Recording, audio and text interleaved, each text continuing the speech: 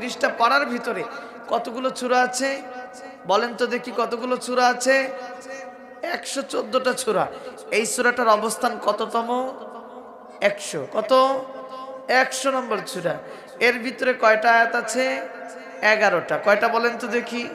11টা। এর ভিতরে এই সূরার ভিতরে কয়টা শব্দ আছে? কালিমা ওয়াল আদিয়াত, এরকম শব্দ কয়টা আছে? গোনেন নাই কোনোদিন? গোনেন নাই। 40 থেকে 42টা শব্দ আছে। এরপরে এই সূরার ভিতরে কতগুলো অক্ষর আছে জানা আছে কি? 160 থেকে 70টা অক্ষর আছে। আপনাদের সামনে এই সূরা তেলাওয়াত করলাম খুব গুরুত্বপূর্ণ কিছু আলোচনা করার জন্য। কারণ এই সূরার ভিতরে আছে, আমরা যে উদ্যোগে যে আয়োজন করেছে এখানে, সেই আয়োজন আল্লাহ পাক রব্বুল আলামিন এই সূরার ভিতরে তুলে ধরেছেন। এই জন্য আপনাদের সামনে এই আলোচনাটা করব। এর মাঝখান দিয়ে আমাদের আরেকজন ভাই সেক্রেটারি সাহেব না, উনি একটু বললেন প্রতিষ্ঠানের অর্থাৎ এই কবরস্থানের পক্ষে বা কবরস্থানের আশেপাশে একটা মাদ্রাসা করলে ভালো হয় হুজুর, আমরা এরকম আলোচনা করতেছি। তো আমি সে বিষয়ে কিছু টাচ দেবো ইনশাআল্লাহ। আল্লাহ পাক রব্বুল আলামিন তৌফিক দান করেন, সকলে বলি আমিন। প্রিয় ভাইরা, আগে আপনাদের কাছে আমি জানতে চাই, বলেন তো আমাদের প্রথম পরিচয় কি? বলেন। আমরা মানুষ। আমরা কি বলেন তো দেখি? আমরা মানুষ। আল্লাহ পাক রব্বুল আলামিন এই পৃথিবীর ভিতরে কতগুলো মাখলুকাত তৈরি করেছেন বলেন তো দেখি, একটু আওয়াজ করে। মাইক দেব আপনাদের? মাইক ছাড়া বলা যায়? হুজুর আপনি তো মাইক আছে, আমাদের মাইক নাই, অত জোরে বলতে পারবো না, কিন্তু যতটুকু আওয়াজ আছে একটু আওয়াজ করে বলেন কতগুলো মাখলুকাত আছে? 18,000-এর উপরে। 18,000 সীমাবদ্ধ না, তার উপরে হবে। তো এখন সেই 18,000 মাখলুকাতের ভিতরে বলেন তো দেখি আল্লাহ শ্রেষ্ঠ বলেছে কাদেরকে? মানুষকে, আশরাফুল মাখলুকাত। তো এই মানুষের পরিচয় দিতে কি আমাদের কোনো লজ্জা আছে নাকি আমাদের গর্ব? আমাদের গর্ববোধ যে আমরা মানুষ। আল্লাহ পাক রব্বুল আলামিন আমাদেরকে আশরাফুল মাখলুকাত হিসেবে সৃষ্টি করেছেন।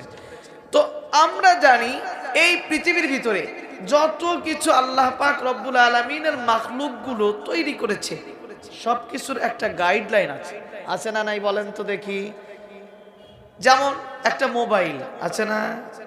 এই মোবাইলটা কোম্পানি বানাইছে, বানানোর পরে এটা কিভাবে চালাইতে হবে, এর একটা চার্জার লাগে, চার্জ দিতে হবে, এর ক্যামেরা আছে, এর মেমোরি আছে, এর র্যাম রোম আছে, এর যতগুলো পাশপাতি আছে, এই সব কিছু চালানোর জন্য এই মোবাইলের কভারের ভিতরে একটা বই দিয়ে দেয়। দেয় কি দেয় না?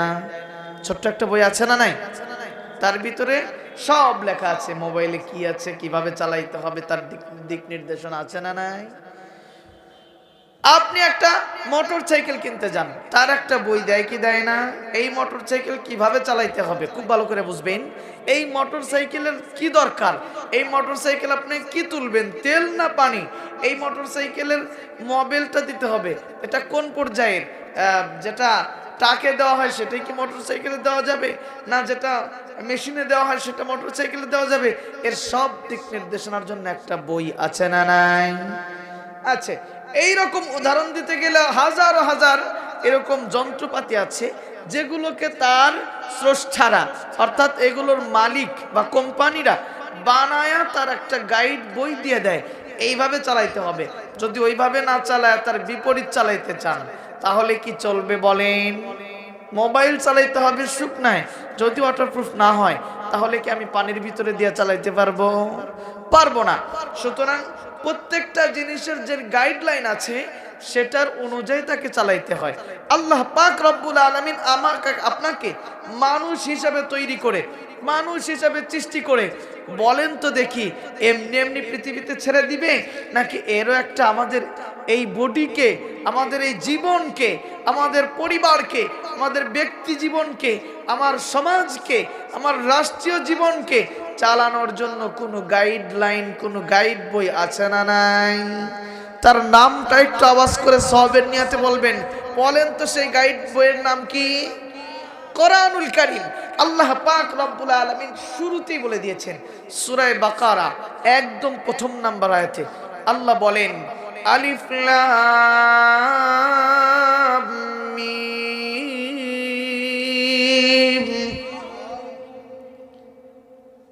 যালিকাল কিতাবু লা রাইবা ফীহ। এই যে আমি তোমাদের মধ্যে একটা কিতাব দিলাম, এই কিতাবের ভিতরে কোনো ভুল নাই। ভুল তো দূরের কথা, কোনো সন্দেহও নাই। ভুল যে হবে এর কোনো সন্দেহের অবকাশও নাই। সুবহানাল্লাহ জোরে কোন। আল্লাহ তাআলা এই কিতাবকে দিয়া আবার বলেন হুদাল লিন্নাস। আল্লাহু আকবার বলে। এদিকে তাকান সবাই, কোরআনের আলোচনার দিকে তাকান, খুব খেয়াল করবেন। আল্লাহ বললেন আমি, আসেন সামনে আসেন, ভালো আছে মাশাআল্লাহ। এই কোরআনুল কারীম আমি তোমাদের গাইডলাইন হিসেবে দিলাম, এটাকে তোমরা ধারণ করো, এটাকে তোমরা আঁকড়ে ধরো। তোমাদের মানুষ অর্থাৎ শুধু এখানে কোনো জাতিকে উদ্দেশ্য করা হয় নাই, মুসলমান অথবা হিন্দু অথবা খ্রিস্টান অথবা বৌদ্ধ এইরকম কোনো জাতি ধরে নাম বলে নাই, আমানুও বলে নাই। আল্লাহ কি নাম ধরছে বলেন তো দেখি? হুদাল লিন্নাস,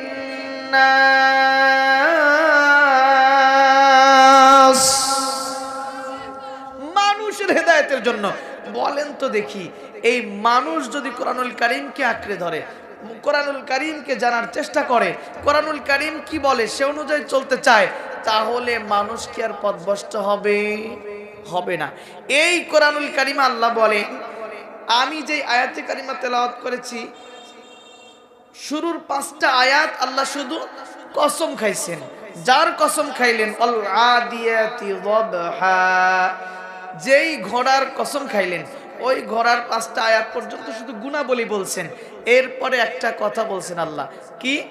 ইন্নাল ইনসানা লিরাব্বিহি লাকানুদ। এখানেও ইনসান মানুষকে সম্বোধন করা হয়েছে। এই জন্য আমি আপনাদের শুরুতেই মানুষের পরিচয় নিয়েছি। মানুষকে আল্লাহ বলেন নিশ্চয় মানুষই একমাত্র তার রবের প্রতি অকৃতজ্ঞ। নাউজুবিল্লাহ জোরে কোন। এটা আল্লাহ তাআলা রাগ করে বলছেন মানুষই অকৃতজ্ঞ, কিন্তু অন্য আয়াতে আল্লাহ বলেন লাকাদ খালাকনাল ইনসানা ফি আহসানি তাকওয়িম।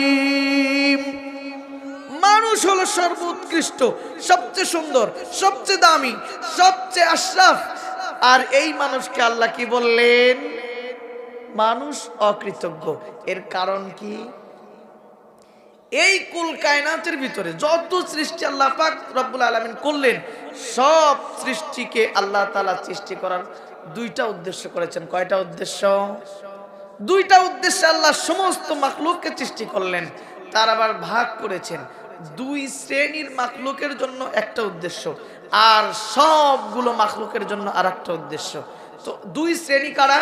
আল্লাহ বলেন ওয়ামা খালাকুতুল জিন্না ওয়াল ইনসা ইল্লা লিয়াবুদুন। 27 নম্বর পারায় 4 নম্বর পৃষ্ঠাে আল্লাহ পাক রব্বুল আলামিন বলেন একমাত্র এই যত মাখলুকাত আছে সবগুলোর ভিতরে মানুষ এবং জিন, মানুষ এবং জিন এই 2 শ্রেণীর সৃষ্টির উদ্দেশ্য হলো তারা আমার ইবাদত করবে। সুবহানাল্লাহ কোন। এটা কার কথা? আমার কথা? আব্দুল মান্নান ফারুকীর কথা না আল্লাহর কথা? বলেন তো। আলোচনা বুঝতে হলে খুব মনোযোগ দিয়ে শুনতে হবে। আল্লাহ পাক রব্বুল আলামিন মানুষ আর জিনকে সৃষ্টি করলেন তার ইবাদত, এটাই উদ্দেশ্য তার। আর আল্লাহ বলেন বাকি যত সৃষ্টি আছে মানুষ আর জিন ব্যতীত, আল্লাহ অন্য আয়াতে সূরা বাকারা 3 নম্বর পৃষ্ঠার ভিতরে বলেন হুয়াল্লাযী খালাকালাকুম মা ফিল আরদি জামিআ। আল্লাহ বলেন এই মানুষ আর জিন ব্যতীত যত মাখলুকাত আমি সৃষ্টি করেছি, লাকুম, মানুষ আর জিনকে উদ্দেশ্য করেই বলেন সব তোমাদের জন্য সৃষ্টি করেছি। সুবহানাল্লাহ, জোরে কোন। শুধু মাখলুকাতিরা, আল্লাহ বলেন হুয়াল্লাযী খালাকা লাকুম মা ফিল আরদি জামিআ সুম্মা ইসতাওয়া ইলাস সামাই ফাসাওয়াহুন্না সাবআ সামাওয়াত ওয়া হুয়া বিকুল্লি শাইইন আলীম।